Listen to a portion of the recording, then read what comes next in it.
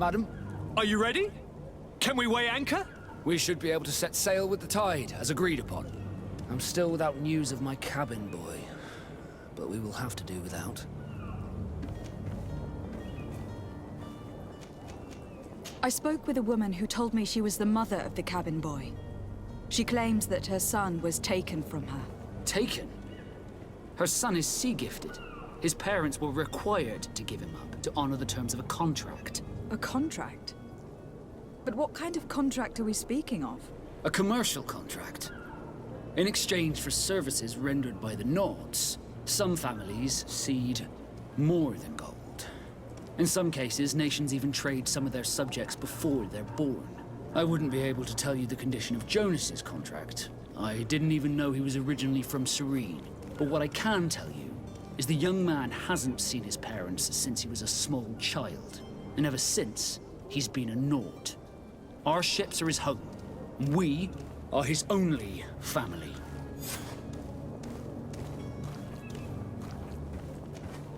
Be back soon, Captain. You see anyone else who might be able to help us? Anyone who's not a Nauts? Oh, how I would like my father to be implicated in this sordid business. Our old teacher must surely know what's going on here. Let's go talk to him.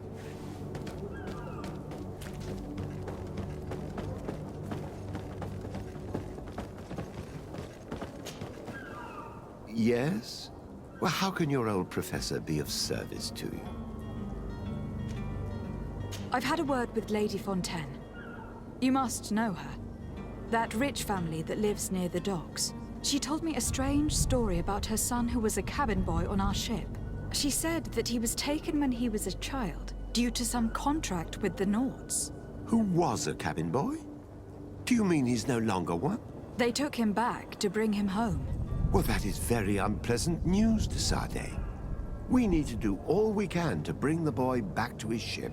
Since time immemorial, there's always been a certain price to pay for the services of the Nauts. Children born on their ships belong to them. It's the rule of the sea. But certain contracts are so important that they also require children to be offered in exchange. From time to time, the congregation has passed such accord, and certain noble families had to give their children up. Are you telling me that the Fontaines lost their son in an agreement signed between my uncle and the Nauts? No. That pact ended a long time ago. This cabin boy couldn't have been a part of that contract. But Sir Fontaine has made a fortune trading with the Alliance, via ships. Do you mean he would have offered up his own son in exchange for wealth? Well, he probably did it before the birth of the child, and regretted it afterwards. But that is of little importance.